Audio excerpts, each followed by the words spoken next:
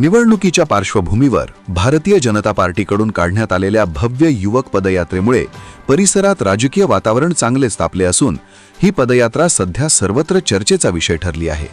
या पदयात्रेचे वैशिष्ट्य म्हणजे यामध्ये केवळ युवकांचा सहभाग होता।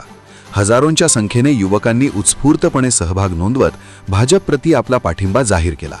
ही भव्य पदयात्रा तुळजाभवानी मंदिर येथून धार्मिक वातावरणात सुरू करण्यात आली। प्रारंभी देवीच्या दर्शनानंतर पदयात्रेला सुरुवात झाली। त्यानंतर ही पदयात्रा बालनगर, लिंबू चौक, कुळकर्णी मळा, जुना चंदू रोड, संपूर्ण माळभाग तसेच प्रभाग क्रमांक 15 मधील प्रत्येक गल्लीबोळातून मार्गक्रमण करत पुढे गेली। प्रत्येक गल्लीतून जाताना युवकांनी जोरदार घोषणाबाजी करत परिसर दणाणून सोडला। या पदयात्रेदरम्यान युवकांच्या हातामध्ये भाजपच्या 4ही अधिकृत उमेदवारांचे फोटो असलेले बॅनर, फलक व झेंडे दिसून येत होते। युवा शक्ती, भाजप शक्ती अशा घोषणांनी संपूर्ण परिसर भारावून गेला होता। विशेष म्हणजे या पदयात्रेला प्रत्येक घराघरातून युवकांनी हजेरी लावली होती। अनेक ठिकाणी नागरिक रस्त्याच्या दुतर्फा उभे राहून ही पदयात्रा पाहत होते। एवढ्या मोठ्या संख्येतील युवकांचा सहभाग पाहून सर्वत्र एकच चर्चा सुरू होती।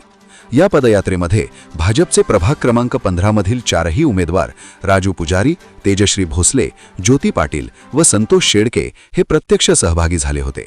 युवकांसोबत चालत त्यांनी नागरिकांशी संवाद साधला व आगामी निवडणुकीसाठी पाठिंबा मागितला।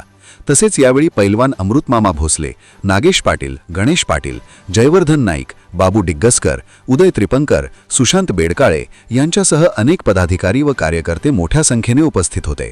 युवकांचा हा उत्साह, शिस्तबद्ध सहभाग आणि मोठ्या प्रमाणातील गर्दी पाहता भाजपची युवकांमधील पकड अधिक मजबूत होत असल्याचे चित्र दिसून आले।